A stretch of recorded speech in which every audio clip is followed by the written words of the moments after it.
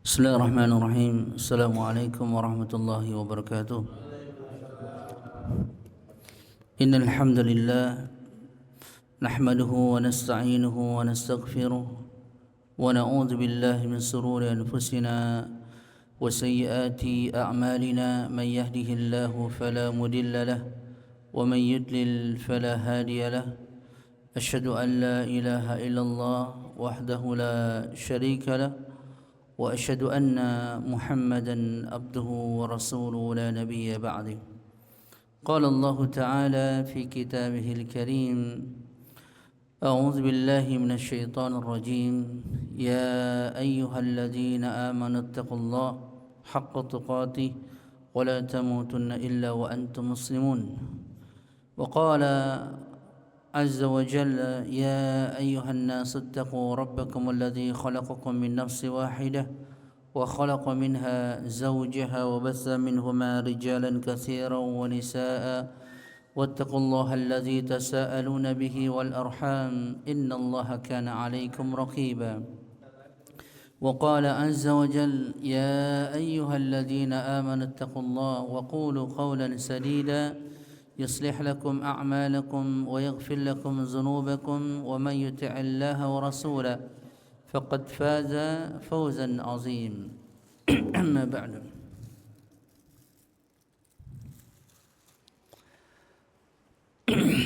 Hari ini kita akan sedikit membahas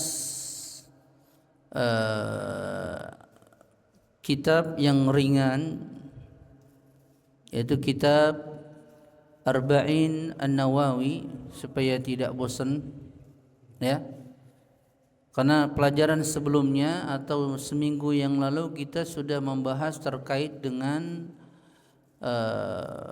tata cara dalam menegakkan solat berjamaah. Bagaimana syarat-syarat menjadi imam dan bagaimana syarat-syarat menjadi makmum. Ini sudah disampaikan kan? Syarat menjadi makmum apa kemarin? Ada berapa? Syarat menjadi makmum ada 5. Yang pertama, tidak boleh mendahului imam. Yang kedua, mengikuti gerakan imam. Ini sudah dirincikan kan? Yang ketiga apa? Mengetahui intiqalat, perpindahan setiap gerakan imam. Terus yang keempat, salat pada satu bangunan yang sama seperti masjid ya, makmum dan imam dalam satu bangunan yang satu. Nggak boleh salatnya imam di masjid, makmumnya di rumah.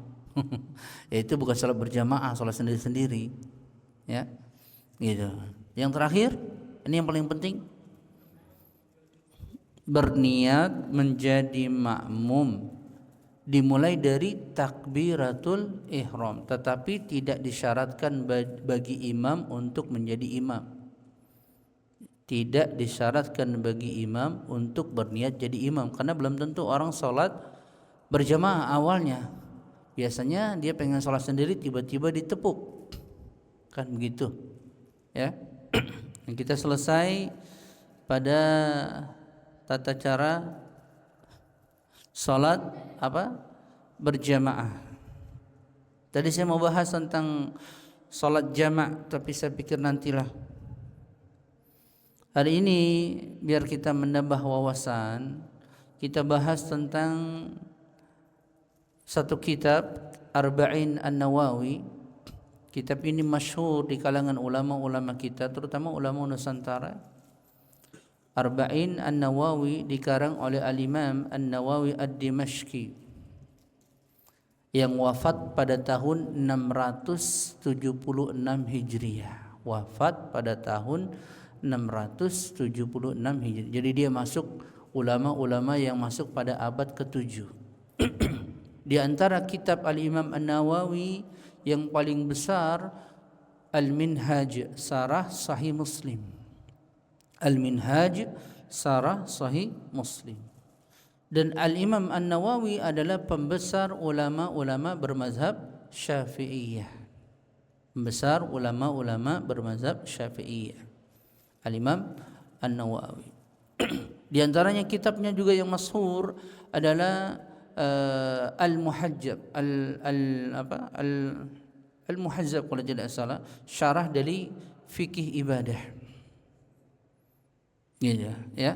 Tapi bukan Nawawi Al-Bantani. Beda. Kalau Al-Imam An-Nawawi Al-Bantani ini salah seorang ulama besar kita yang tinggal di Banten dahulu. Ya, Nawawi Al-Bantani. Ya, gurunya An-Nawawi Al-Bantani namanya Syekh Muhammad Zaini Dahlan. Syekh Muhammad Zaini Dahlan salah satu dulu yang ditunjuk di Mekah Al-Mukarramah sebagai mufti dari mazhab Syafi'iyah.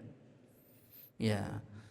Jadi kebanyakan kalau kita runut keilmuan ulama-ulama kita rata-rata dari Nawawi Al-Bantani, baru terpecah ada Khalil Bangkalan, ada Hasanuddin gitu.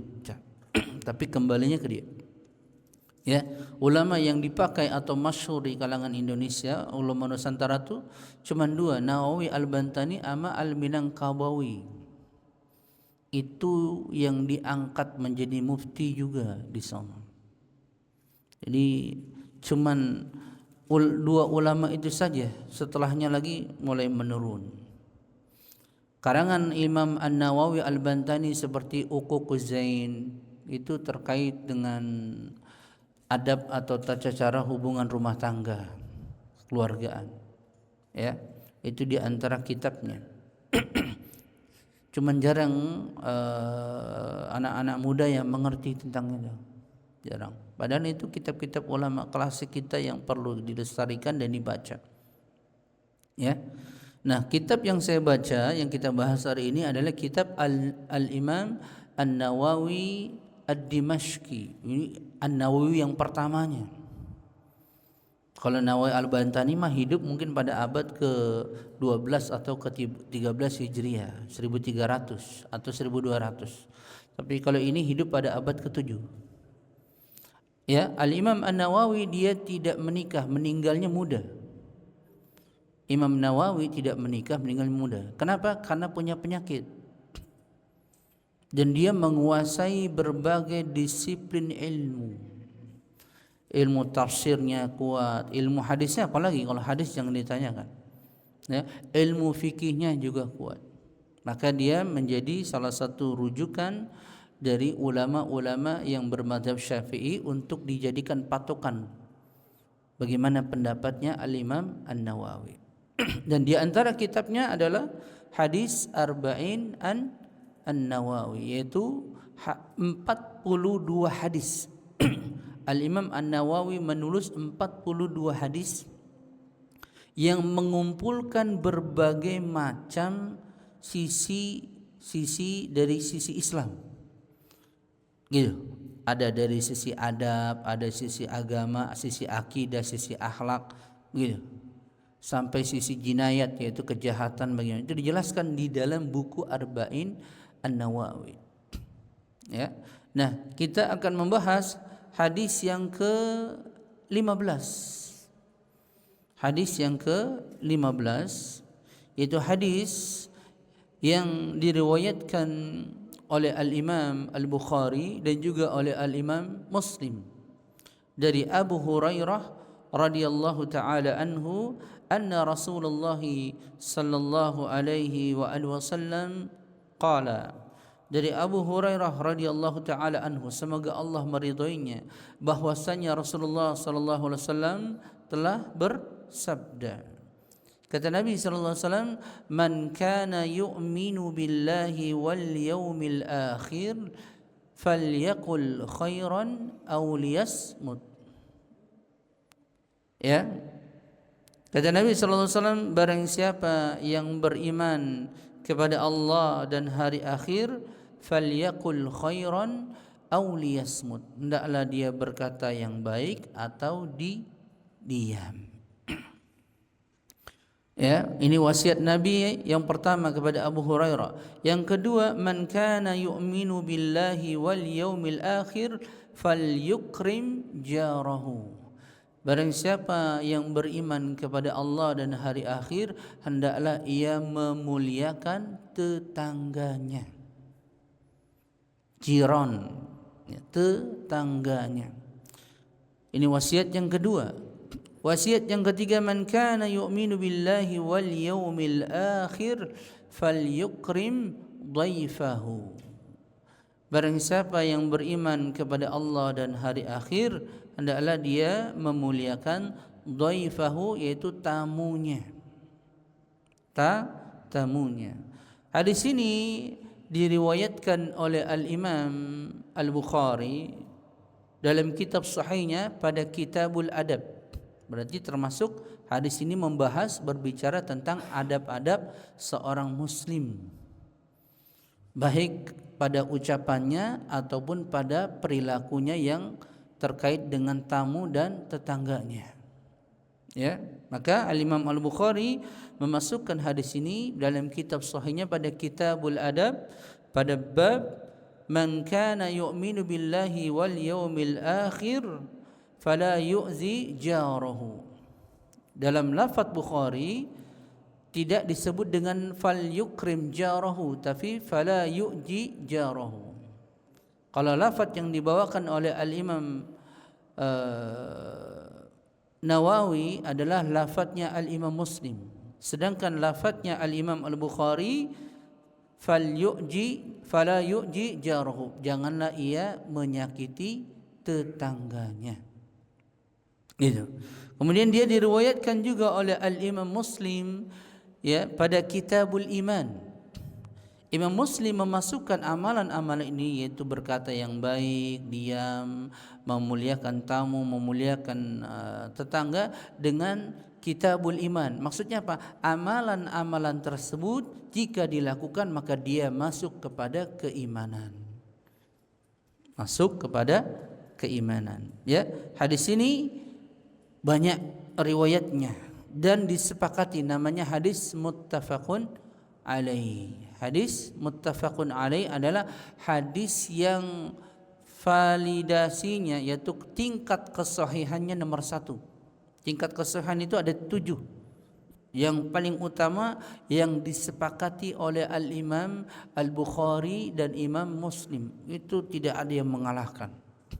Yang paling tinggi, yang tingkat kesahihan sebuah hadis, yaitu pada yang disepakati oleh Al-Imam Al-Bukhari dan Muslim. Ya, jelas ya. Adapun pada tambahan di riwayat Bukhari, falyasil rahimah, ada tambahan. Jadi kalau bahas hadis, ucapan Nabi itu dikumpulkan satu lafaz begitu. Gak boleh satu diambil satu dibuang, gak boleh. Harus dikumpulkan, para ulama begitu menyusun. Maka ada tambahan falyasil rahimah.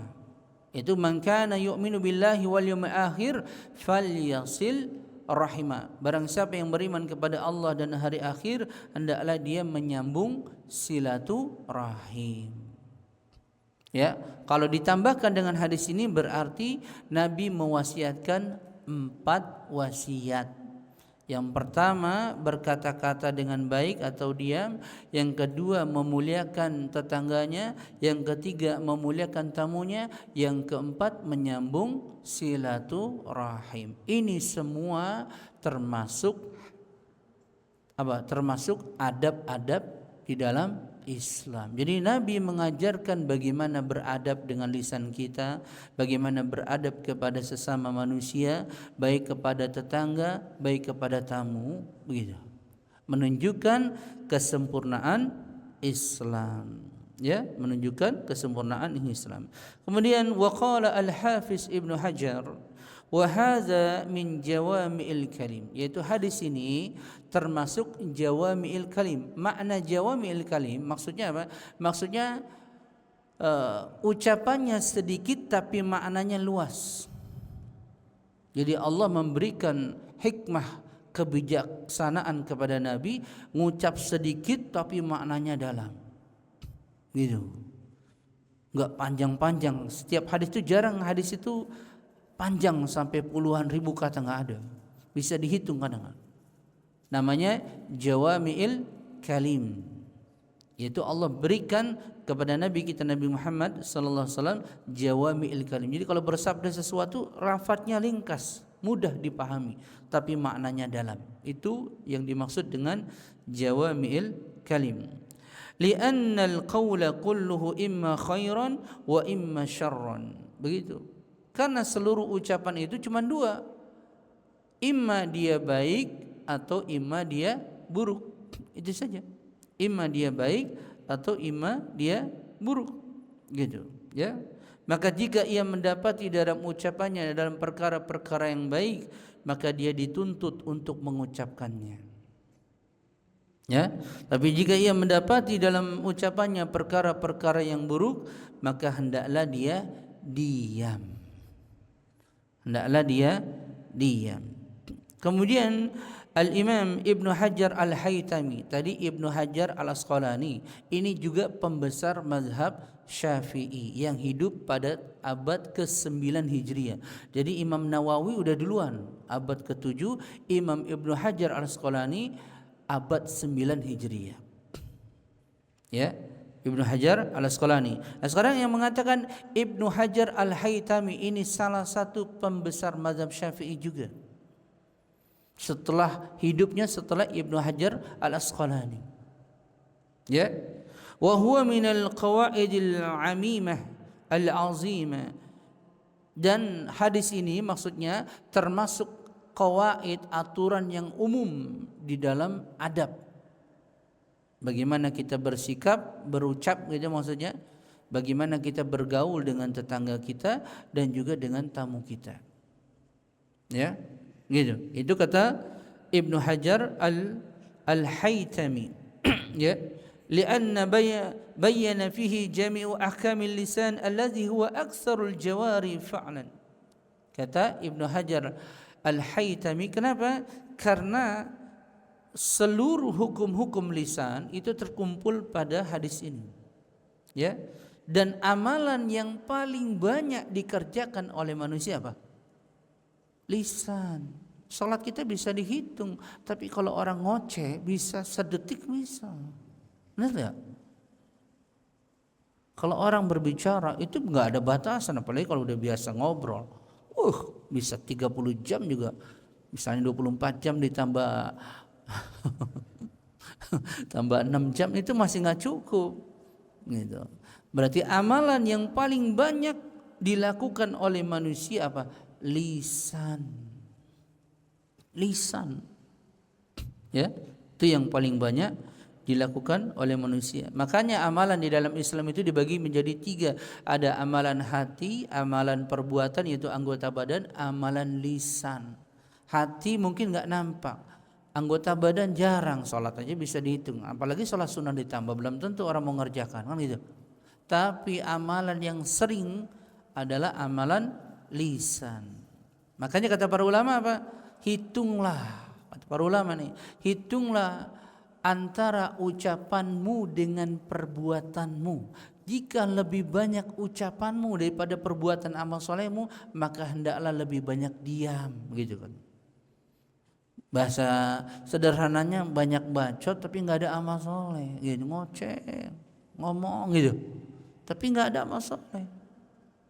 Karena itu nanti dihisap oleh Allah Subhanahu Wa Taala. Ya, nanti dihisap oleh Allah Subhanahu Wa Taala. Gitu.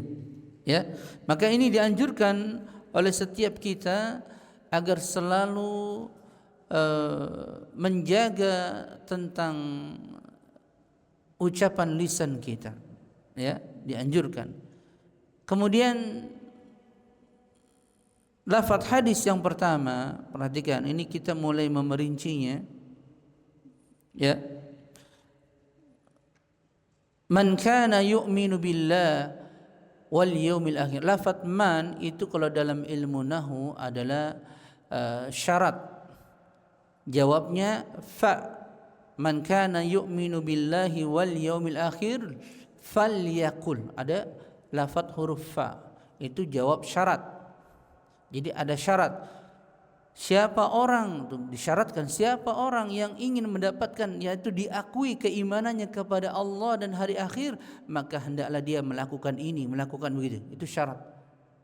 Jadi kalau orang yang mengaku beriman kepada Allah, dimulai dengan beriman kepada Allah, karena itu asas pokok di dalam keislaman. Seluruh amal soleh yang kita bangun, dibangun di atas keimanan kepada Allah. Dan kalau orang kafir beramal soleh, puasa misalnya, sholat, tidak akan diterima karena tidak dibangun atas karena Allah. Gitu. Itu disyaratkan. Maka beriman kepada Allah, kata para ulama, asasnya, pondasi yang utama. Baru setelah itu dibangun seluruh amal soleh kita. Paham ini? Ya. Wal yaumil akhir.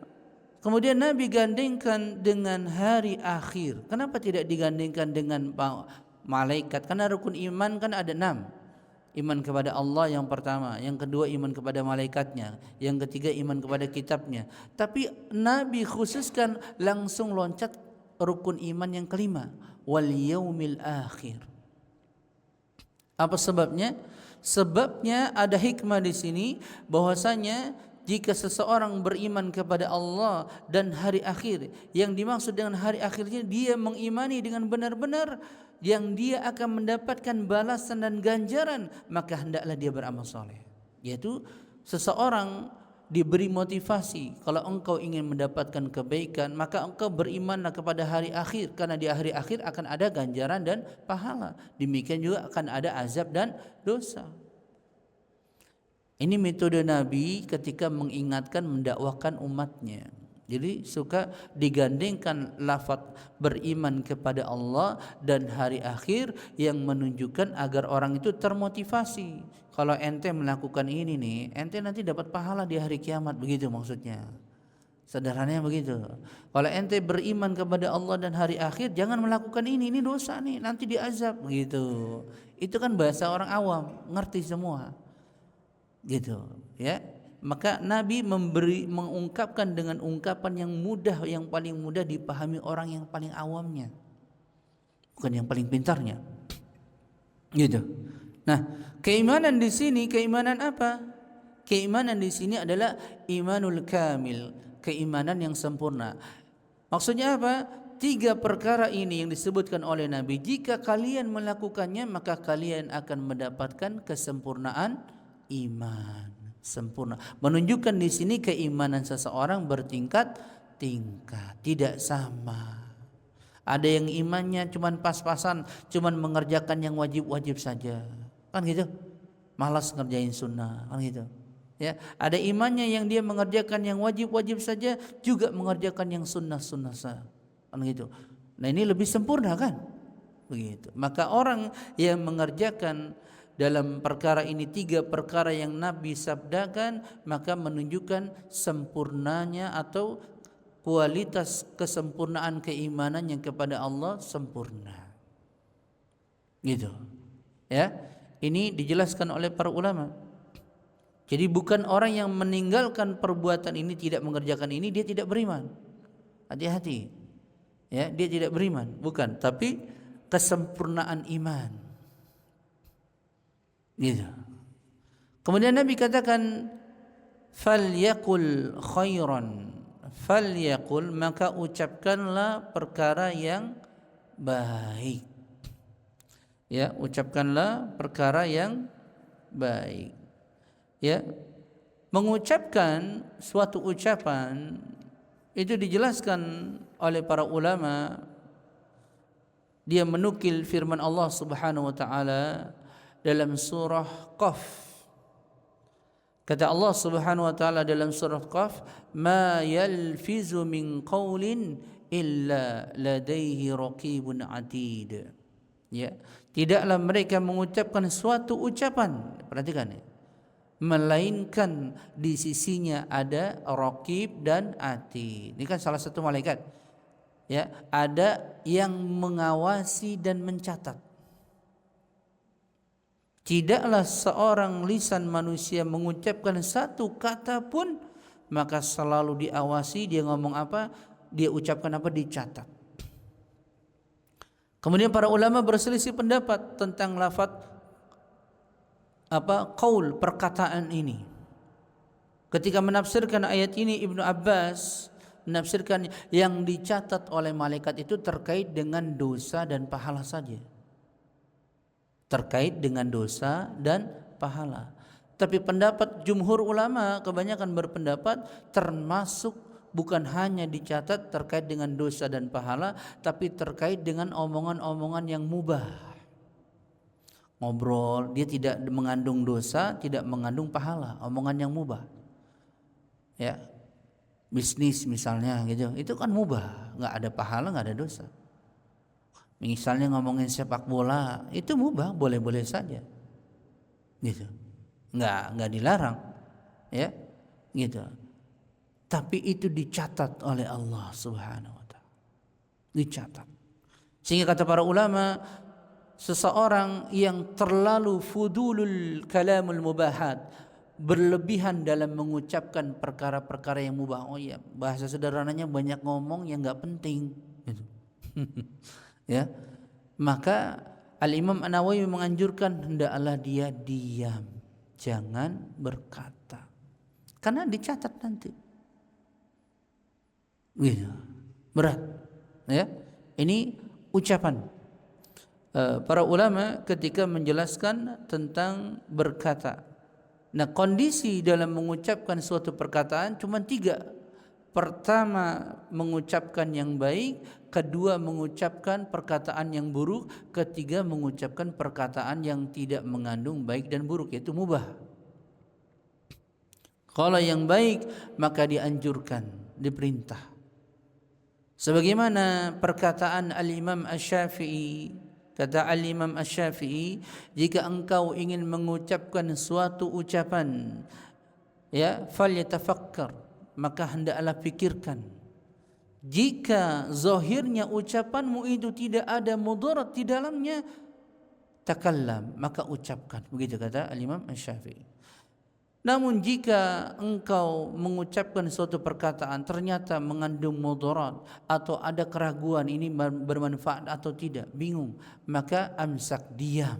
Kata Al-Imam Asy-Syafi'i, diam. Oleh karena itu Nabi SAW bersabda dalam hadis yang diriwayatkan oleh Al-Imam At-Tirmizi, man samata naja, barang siapa yang diam maka dia selamat. Ya, barang siapa yang diam maka dia selamat. Ya, ini penting buat kita.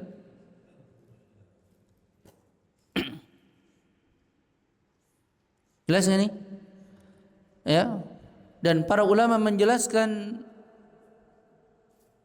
yang paling susah untuk dijaga, perhatikan, yang paling susah untuk dijaga adalah lisan kita. Susah itu dijaga. Ya, dan berapa banyak orang yang terjerumus kepada berbagai macam maksiat, kadang-kadang itu seringnya dimulai dari lisan. Makanya dosa yang bersumber dari lisan itu banyak. Dari mabuk-mabukan dengan lisannya, mulutnya, ya kan, ghibah, memfitnah, menuduh, ya, banyak. Mencaci maki, menghujat, banyak. Bahkan dosa yang paling besar dimulai dari lidah, yaitu dosa kesyirikan, karena dia berfatwa mengucapkan sesuatu mengajak kepada kesyirikan. Dari mana? Dari lisan. Makanya kata Nabi SAW, ya, hadis sahih, aku menjamin atas setiap orang yang bisa menjaga lisan dan kemaluannya dengan surga. Nabi yang menjamin. Aku menjamin atas setiap orang yang bisa menjaga lisannya dan kemaluannya, maka aku jamin dengan apa? Dengan surga. Dengan surga.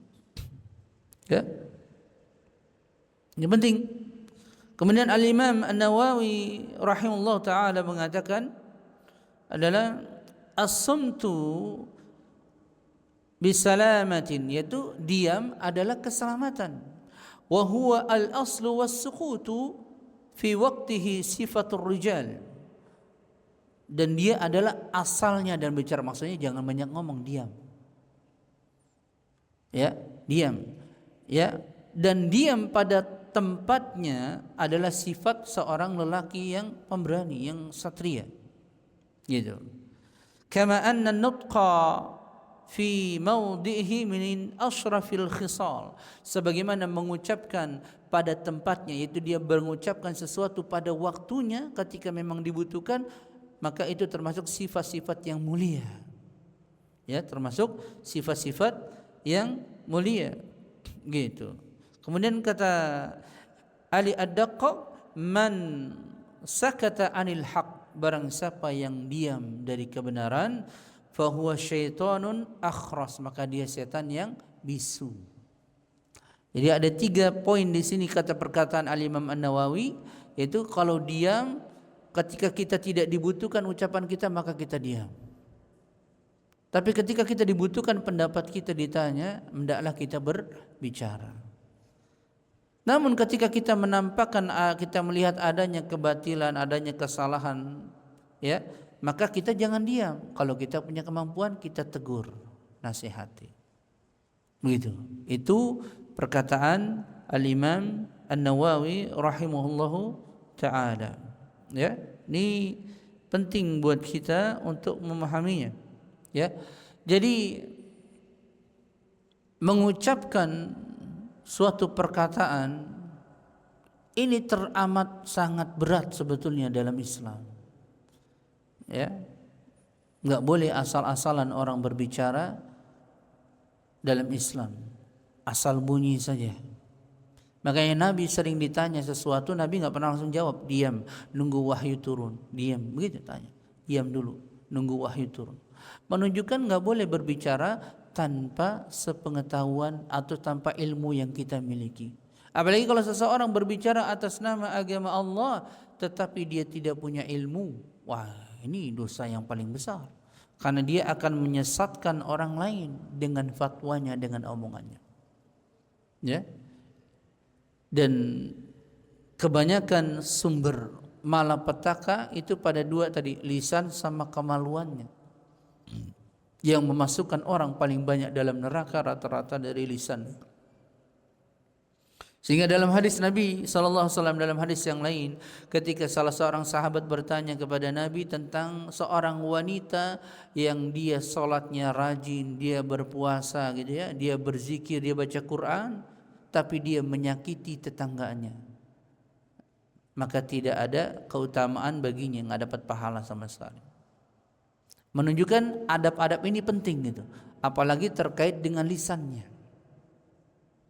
Jangan sampai dia menyakiti dengan lisannya, ya. Jangan sampai ia menyakiti dengan lisannya. Sehingga lafaz falyakul khairan, hendaklah dia berkata yang baik. Makna khairan itu isim tafdil, yang maknanya adalah hendaklah dia berkata dengan perkataan yang paling baik yang ia bisa ucapkan dalam perkara apapun. Hendaklah dia mengucapkan dengan perkataan yang paling baik. Kalau mengucapkan kepada orang tua dengan kata-kata yang santun, lemah lembut. Kalau mengucapkan dengan sesamanya dengan kata-kata yang bijak, begitu. Hendaklah dia mudah atau mengatur ucapannya. Jangan sampai mengucapkan perkara-perkara yang bisa mendatangkan mudarat. Ya, ini wasiat Nabi yang yang pertama, yaitu falyakul khairan aw liyasmut, berkata yang baik atau diam. Wasiat Nabi yang kedua, man kana yu'minu billahi wal yaumil akhir falyukrim jarahu. Barang siapa yang beriman kepada Allah dan hari akhir, hendaklah dia memuliakan tetangganya. Perhatikan ini, memuliakan tetangganya. Lafaz yukrim dijelaskan oleh para ulama adalah memberikan haknya, memuliakan tetangganya. Ini tidak dijelaskan di dalam syariat Islam. Lafaz yukrim ini, bagaimana sih cara memuliakan tetangga?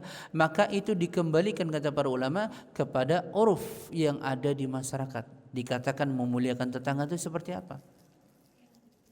Ya. Ini dijelaskan oleh para ulama. Ya.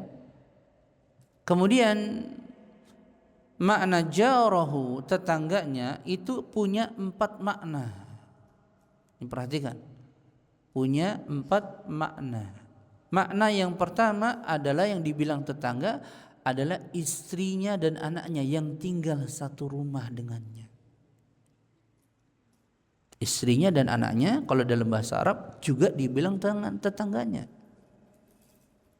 Makna yang kedua adalah yang menempel dengan dinding rumahnya. Seperti ini, nempel kan? Sebelah nih, nempel. Nah, itulah yang dibilang tetangga. Makna yang ketiga ini pendapat yang umum, masyhur dari para ulama. 40 rumah dari depan, belakang, samping, kiri, kanan. 40 rumah. Jadi depan 40 rumah itu dibilang tetangga, belakang 40 rumah itu dibilang tetangga. Samping kanan 40 rumah itu dibilang tetangga. Samping kiri 40 rumah itu dibilang tetangga. Itu makna yang ketiga. Makna yang keempat yang dimaksud dengan tetangga adalah yang satu kota dengannya. Itu lebih luas lagi kan? Berarti bukan hanya 40 rumah. Ya, lebih luas lagi. Nah, para ulama menjelaskan yang dimaksud dengan makna jaruhu apa? Dia masuk pada 2 makna, yaitu makna yang nomor 2 dengan makna yang nomor 3. Tadi yang menempel dinding rumahnya dengan rumah sebelahnya. Yang kedua 40 rumah. Jadi semua sisi. Jadi yang diperintahkan untuk memuliakan tetangga di sini adalah yang menempel pada rumahnya atau 40 rumah dari semua sisi. Gitu. Ya. Yang penting.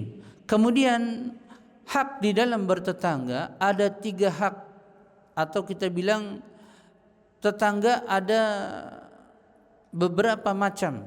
Pertama, ada tetangga yang dia kerabat dengan kita, selain bertetangga gitu ya. Ada 2, dia kerabat dengan kita dan dia orang muslim. Maka dia punya 3 hak yang harus kita tunaikan. Hak yang pertama hak bertetangganya karena sebelah rumah kita.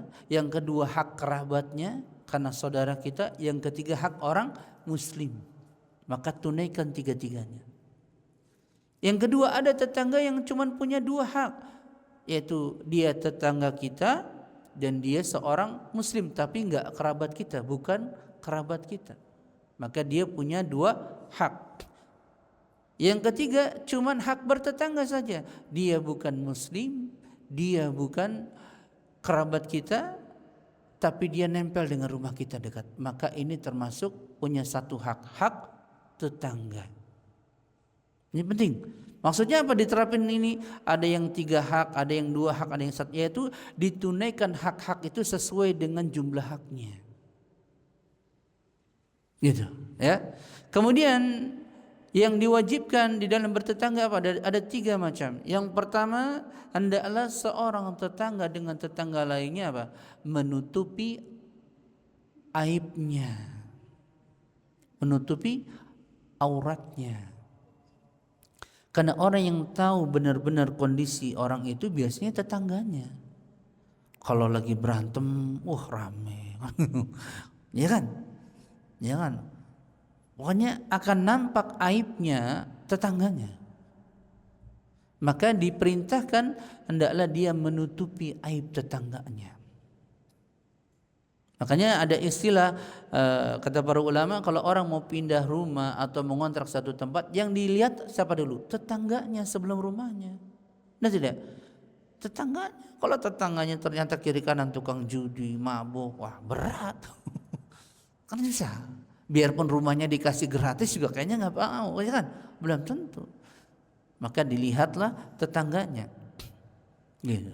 Dan dosa, di antara dosa-dosa yang besar adalah seperti orang yang berzinah dengan istri tetangganya, itu 10 kali lebih besar. Lebih besar dosanya daripada dia berzina dengan 10 wanita yang bukan tetangganya, gitu. Karena yang harusnya dia jaga, dia lindungi, dia khianati. Ya, dosa yang sangat besar adalah orang yang berzina dengan istri tetangganya. Itu nggak main-main, Nabi katakan. Jika dia berzina dengan 10 wanita saja nggak mencukupi, belum cukup dari dosanya dia menzinahi tetangganya, istri tetangganya. Ya, ini berat, hati-hati. Ya, jadi hendaklah dia yang dia tegakkan, dia menutup aurat tetangganya, menutup aib tetangganya. Menutup aib tetangganya, jangan sampai diumbar. Yang kedua, tidak boleh menyakiti tetangganya, baik dengan lisannya ataupun dengan tangannya. Karena ada orang ketika berbicara dia mencaci maki orang, atau mungkin dia pukul dindingnya satu, diketok-ketok tengah malam, kan ganggu tuh, lagi dibor-bor, ngapain itu kan. Ya. Atau tengah malam setel musik keras-keras, kan mengganggu tuh saudara. Ya kan? Meskipun itu saudaranya, tetangganya itu orang kafir gitu, nggak boleh. Dia pengen tenang, iya. Termasuk di dalamnya kalau kita setel murotal tengah malam, ini salah. Orang mau istirahat, bukan dilarang setel murotalnya, tapi bukan pada tempatnya. Gitu loh. Karena orang mau istirahat, mau tenang. Dan itu termasuk bentuk menyakiti tetangganya.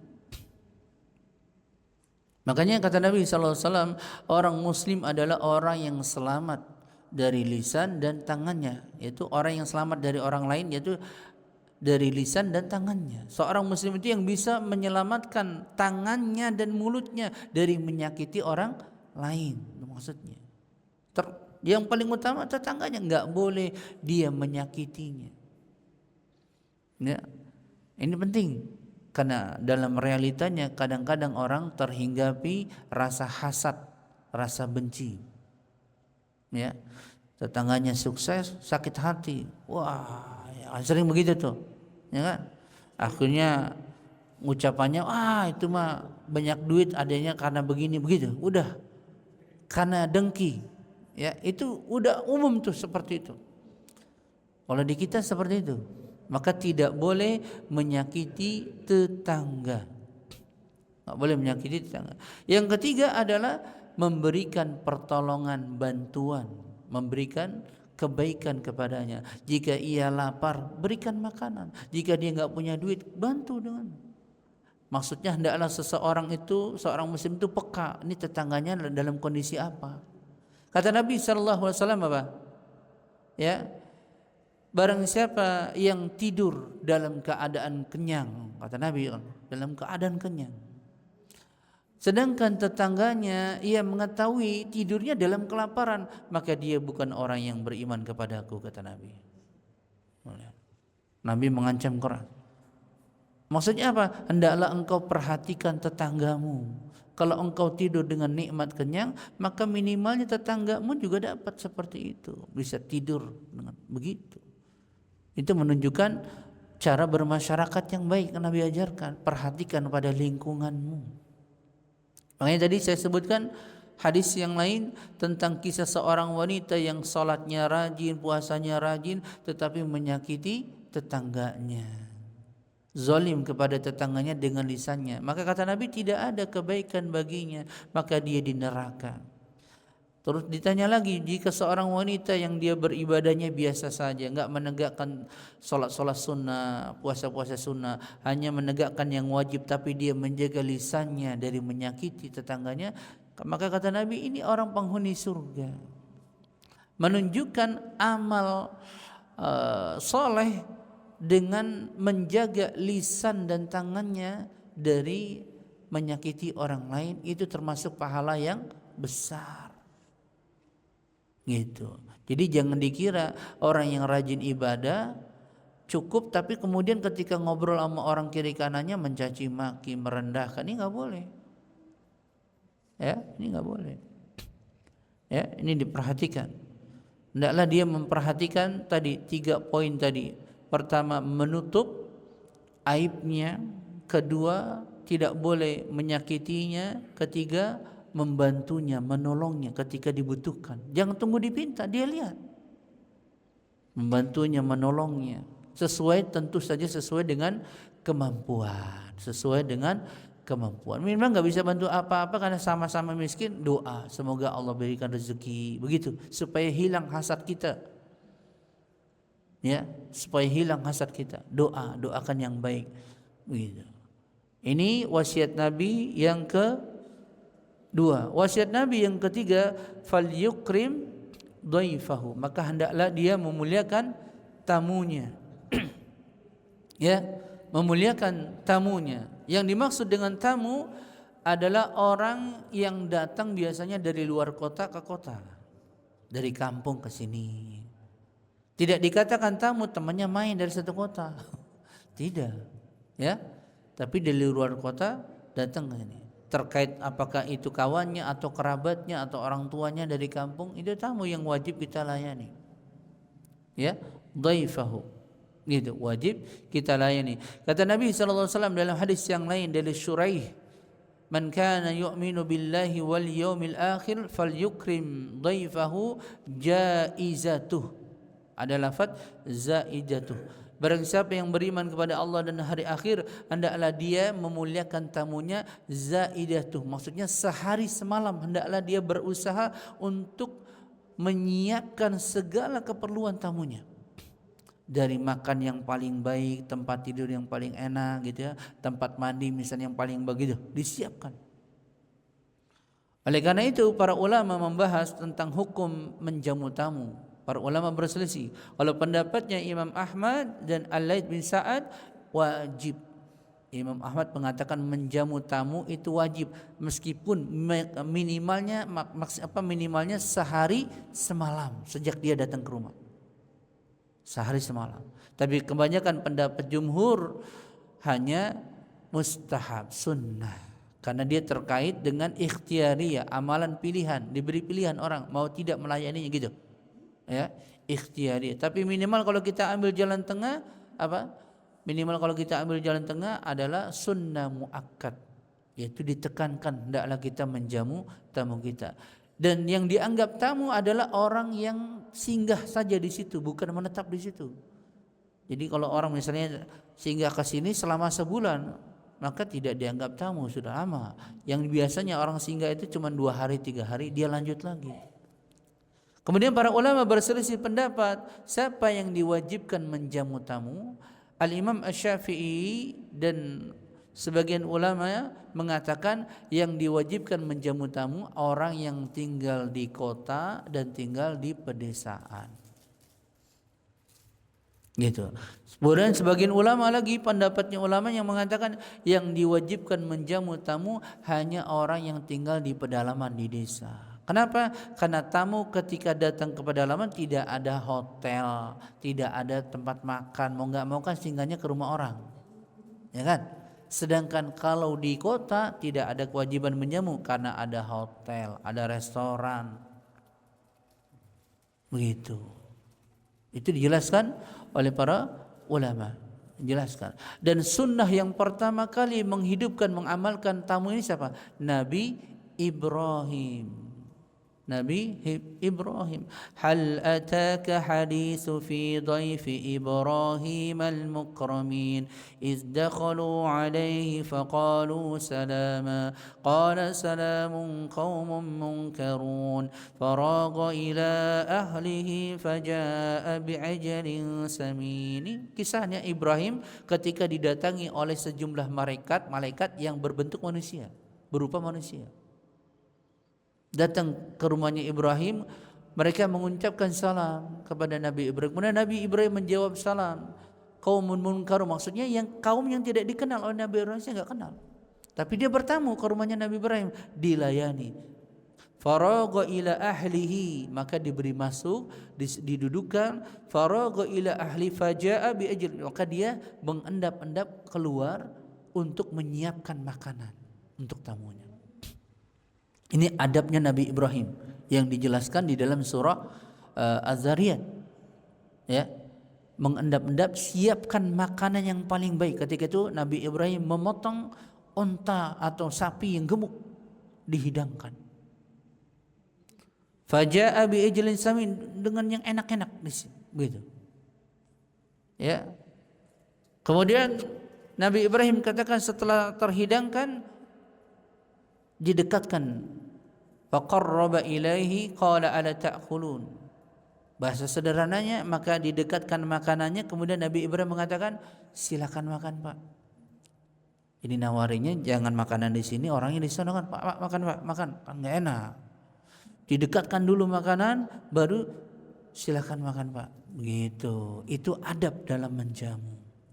Adab di dalam menjamu. Kemudian itu menjadi sunnah para nabi dan rasul setelahnya, dan juga sunnahnya orang-orang yang soleh. Jadi kalau datang kepada mereka tamu yang benar-benar tamu yang nggak dikenal, beda kalau kerabat ya. Lain lagi ya. Maka kebiasaan mereka menjamunya.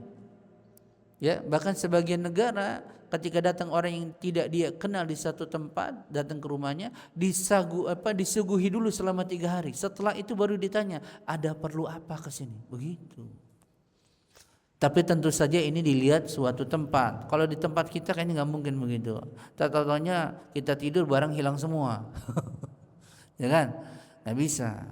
Ya, nggak bisa. Kali-kali nanti kalau kita nggak kenal, Bapak ke masjid aja Pak, kan begitu. Ya kan? Begitu. Karena ada rasa kekhawatiran kalau pada masa kita ya, yang kenal aja kadang-kadang kawan dekat taunya ngambil barang kita kan banyak yang begitu ya. Gitu. Harta kita yang kita simpan di rumah tiba-tiba hilang. Dan itu banyak seperti itu. Tapi ini menunjukkan adab di dalam Islam yang tinggi kepada setiap orang yang mengaku kaum muslimin, agar melakukannya, mengamalkannya dari 3 khisal, 3 sifat ini, yaitu dia berkata-kata yang baik, kemudian dia memuliakan tetangganya, kemudian dia memuliakan tamunya. Ya, dan itu diikat dengan man kana yu'minu billahi wal yaumil akhir. Barang siapa yang beriman kepada Allah dan hari akhir, menunjukkan amalan-amalan yang 3 ini termasuk amalan yang ada keimanannya kepada Allah. Makanya tadi saya bilang dalam kitab Imam Sahih Muslim, dia dimasukkan amalan ini pada kitabul iman. Karena semua amalan ini bagian dari keimanan. Wallahu ta'ala a'lam. Ada pertanyaan? Nangkap nggak nih apa yang saya sampaikan nih? Paham ya? Ini bagusnya nanti dihafal. Man kana yu'minu. Ini terkait dengan adab-adab ya. Kemudian para ulama jelaskan ada 4 hadis yang terkumpul padanya adab-adab dalam Islam. Yang pertama pada hadis ini. Yang kedua hadis la yu'minu ahadukum hatta yuhibba li akhihi ma yuhibbu li nafsihi. Tidak sempurna keimanan seseorang sampai ia mencintai saudaranya sebagaimana dia mencintai dirinya sendiri dalam perkara-perkara yang baik, fil khair. Hadis yang kedua. Itu termasuk adab bagaimana kita beradab kepada sesama muslim. Hadis yang ketiga, min husni islamil mar'i tarkuhu ma la ya'ni. Termasuk baiknya, sempurnanya, bagusnya keislaman seseorang meninggalkan perkara-perkara yang tidak bermanfaat baginya. Itu termasuk adab. Jadi seorang muslim dia mengisi waktunya dalam perkara-perkara yang bisa mendatangkan kebaikan dunia dan akhiratnya. Gitu. Hadis yang keempat setelah hadis ini, la taghdab. Ya, faraddada mirar, la taghdab, janganlah engkau marah. Karena pada kemarahan itu akan merusakkan tabiat kita, akhlak kita.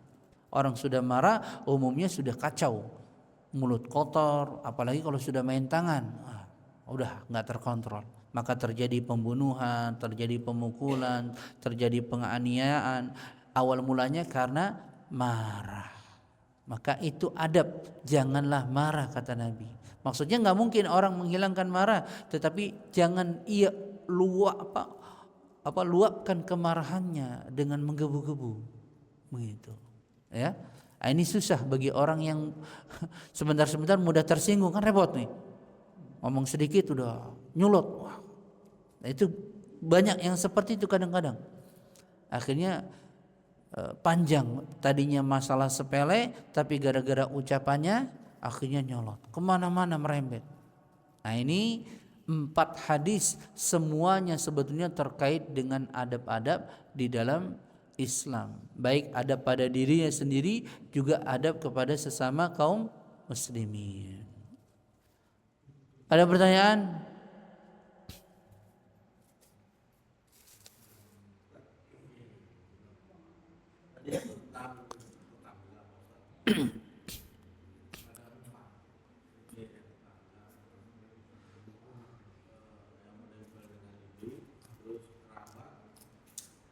Saya misalnya tentang kerabat dalam pengertian ini keluarga yang saudara ataukah teman atau sahabat?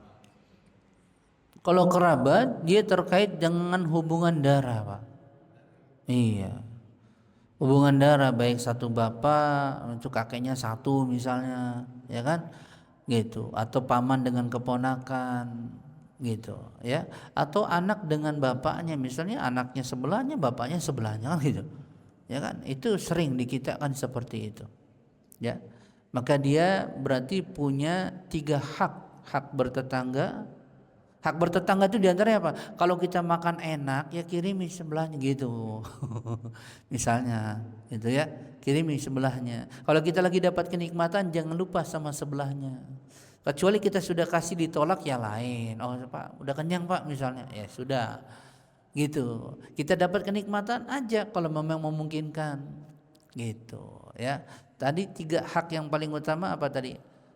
Hak bertetangga, tetangga, kerabat sama muslim. Tapi itu 3-tiganya dipenuhi 3 kewajiban tadi apa? Enggak boleh membuka aibnya, kan gitu? Enggak boleh menyakitinya, enggak boleh membantunya dan menolongnya. Itu yang harus diperhatikan. Karena ada orang rajin sholat tapi pada tetangganya menyakiti, dan itu banyak. Sholatnya rajin tapi dia merendahkan tetangganya, ya. Nah, ini berbahaya, jangan.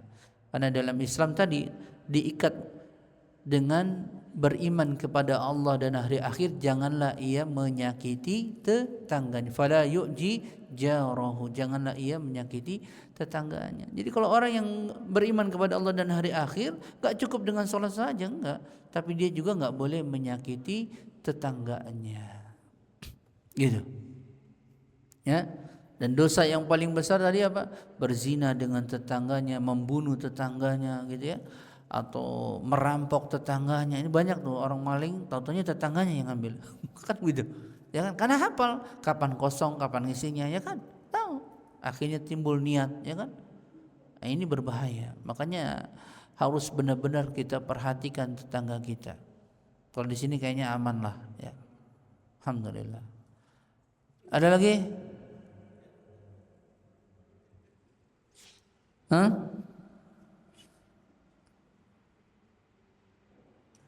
Cukup ya? Kita bahas hadis arba'in supaya kita menambah adab. Ya, kadang orang ngajinya kuat, ngerti fikih, tapi adabnya nggak ada. Ngomongnya kotor, gitu loh ya. Ngomongnya ceplas-ceplos, nggak melihat perasaan orang, gitu. Jadi kadang-kadang buahnya ilmu itu ada pada adab dan akhlak. Ngaji kemana-mana yang dilihat apanya? Adabnya, akhlaknya, gitu loh. Ya, maka dahulukan adab sebetulnya daripada nuntut ilmu, tuh begitu tuh. Karena buahnya ilmu itu ada pada adab. Ada orang rajin sholat, ya tadi giran sama tetangganya dia mencaci maki, menghujat, menuduh macam-macam, ada hasad, ada dengki, banyak yang begitu.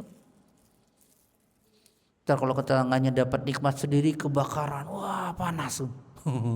Ya kan, nggak terima. Ah kan, sholatnya mah rajin. Rajin sholatnya. Tapi ketika terkait dengan tetangga, kadang-kadang orang tidak menerima tetangganya dapat kenikmatan, istrinya 2, wah ridho dia enggak. Kan begitu. Maksudnya hendaklah dia menjaga lisannya, hendaklah dia jangan sampai menyakiti tetangganya, hendaklah dia menutup aib tetangganya, membantunya, begitu ya. Kecuali kalau dia menampakkan kemungkaran, kemaksiatan terang-terangan, nah itu lain. Tetangganya misalnya malah mabuk di jalanan depan rumahnya, ini nggak boleh, ditegur. Beda kalau dia mabuk di dalam rumahnya di kamar kan nggak ada yang tahu misalnya kan, nah itu lain. Itu kita tahu sesaat saja di rumahnya lagi, nah itu nggak boleh disebar, dia masih mau menutup dirinya. Tapi ketika kejahatan, kemaksiatan dia lakukan terang-terangan, maka ditegurnya juga terang-terangan. Main judi, apa? Tegur juga terang-terangan. Dia tentu kalau kita punya kemampuan, kalau nggak punya kemampuan ditegur kita digebukin, jangan. Maksudnya kalau kita punya kemampuan, misalnya kita RT, RW, kita kan punya wewenang gitu ya, menjaga keamanan. Nah, bisa begitu. Tapi kalau yang main judi mabuk orang tua, yang negur anak muda, ya udah habis, nggak bisa, nggak bakalan diterima. Begitu ya. Tapi kalau kemaksiatan itu nampak terang-terangan, maka ditegurnya juga terang-terangan. Beda kalau dia melakukan kemaksiatan dengan sembunyi-sembunyi, karena dia masih ada takut kepada Allah, meskipun nggak mau dilihat manusia gitu ya, sembunyi-sembunyi gitu. Banyak manusia punya aib, ketika dia sembunyi-sembunyi itu banyak, yaitu urusan dia dengan Allah. Selagi dia tidak menampakkan aibnya ya, banyak yang seperti itu, karena manusia tabiat ada kekurangan, gitulah manusia ya. Maka hendaklah perhatikan tetangga kita, kalau dia melakukan kemaksiatan, dosa dengan terang-terangan dan kita punya kemampuan untuk menegurnya, maka tegur. Tapi kalau kita nggak punya kemampuan, yang maksiat pejabat kita rakyat nggak bisa, lebih baik kita diam. Yang penting kita mengingkari dalam hatinya perbuatannya, begitu. Itu penting dalam menegur amar ma'ruf nahi mungkar. Ada lagi? Iya, emang satu yang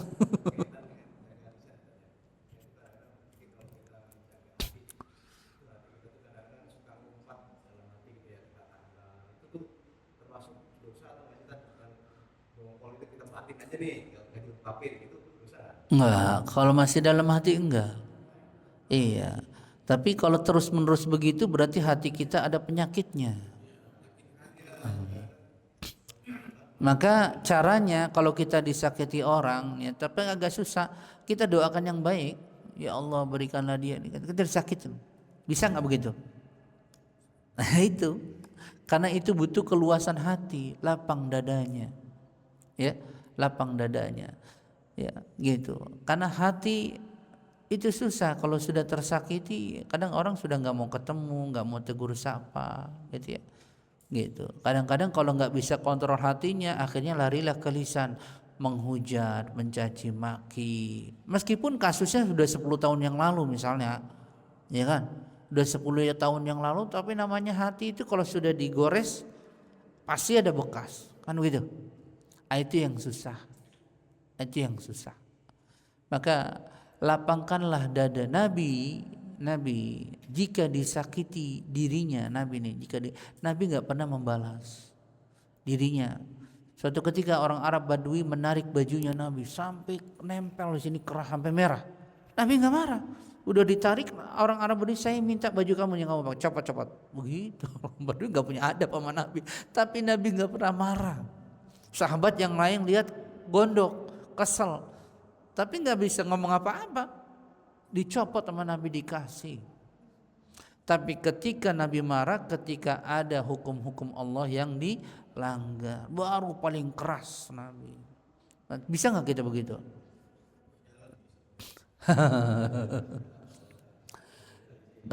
Karena terkait dengan hati orang beda-beda. Maka hendaklah seseorang itu hatinya harus lapang dulu. Ya, lapang dia, jangan sempit. Kalau dia sempit, ya itu tadi, salah omong orang, maksudnya kemana, nanti tersinggung, sempit itu. Iya itu nanti. Ya, maka hendaklah dia, maksudnya apa? Di antara bentuk kelapangan, hendaklah dia berbaik sangka dengan manusia. Jangan negatif, bentar-bentar negatif. Nah, itu kan jadinya sempit hatinya. Baik sangka aja manusia, udah. Gitu, berbaik sangka saja. Apa yang kita nggak ketahui, jangan korek-korek orang, udah. Ini orang ini gimana sih? Jangan, udah. Zahirnya baik maka cukupkan baik, udah. Begitu. Ya, kecuali tadi kita mengetahui aib-aibnya yang dia menampakkan kemaksiatannya, maka kita jauhi orang yang seperti ini. Tapi kalau manusia ada aibnya dan dia tutupi aibnya, maka kita pun jangan membukanya. Ya, gitu. Tapi terkait dengan hati, hendaklah seseorang lapang dadanya, sabar dalam menerima. Nabi dicaci maki, dihujat, ya Nabi nggak pernah balas dengan caci makian. Itu terkait dengan dirinya. Tapi ketika agama Allah direndahkan, hukum Allah direndahkan, maka Nabi marah baru di situ. Nah, ini penting buat kita, penting. Jadi kita misalnya berbicara dalam keluarga saja. Ketika anak istri kita nggak sholat, marah nggak kita? Nah, ini kan agama Allah. Harusnya kita marah. Kan begitu? Ya. Ketika anak istri kita misalnya nggak pakai jilbab, marah nggak kita? Harus marah karena ini ada syariat, ada kecemburuan, gitu. Tapi kebanyakan kita marah sama keluarga, rata-rata urusan dunia. Anak itu nggak les dimarahin, anak nggak kuliah misalnya dimarahin. Tapi ketika agama Allah dilalaikan, kadang-kadang didiamkan. Nah, ini bukan pada tempatnya, salah yang seperti ini. Dahulukan kita mendidik anak istri untuk menjaga agama mereka, karena itu akan menyelamatkan mereka nanti di kemudian hari. Kalau orang banyak harta, banyak uang, punya kedudukan, tapi dia tidak beragama, akan binasa biasanya. Ya kan? Akan binasa. Akan binasa. Imma dia bisa saja korupsi, kan gitu. Atau hartanya banyak tapi dia tidak ada keberkahan di hatinya. Maksudnya dia gelisah. Nggak ada. Kalau orang punya harta banyak kemudian dia nggak ada keberkahan, biasanya hatinya gelisah, bimbang, berat. Hartanya habis begitu saja, bingung. Tidak bisa juga dibuat untuk kebaikan. Ya. Maka ini diperhatikan oleh kita. Hendaklah ketika agama Allah dilecehkan, agama Allah dijatuhkan, kita lihat lingkungan kita dulu, keluarga. Maka hendaklah kita menegurnya, menasihati. Tapi tentu saja dengan ucapan yang baik, yang santun. Bukan caci maki juga kepada istri dan anak, bukan. Gitu ya. Ucapan yang baik dan santun. Tetap mengarahkannya, membimbingnya. Begitu. Ya. Cukup ya. Mudah-mudahan apa yang saya sampaikan ini bisa bermanfaat untuk kita semua. Kita tutup kafarat majlis. Subhanaka Allahumma wa bihamdika asyhadu an la ilaha illa anta astaghfiruka wa atubu ilaik. Wassalamualaikum warahmatullahi wabarakatuh.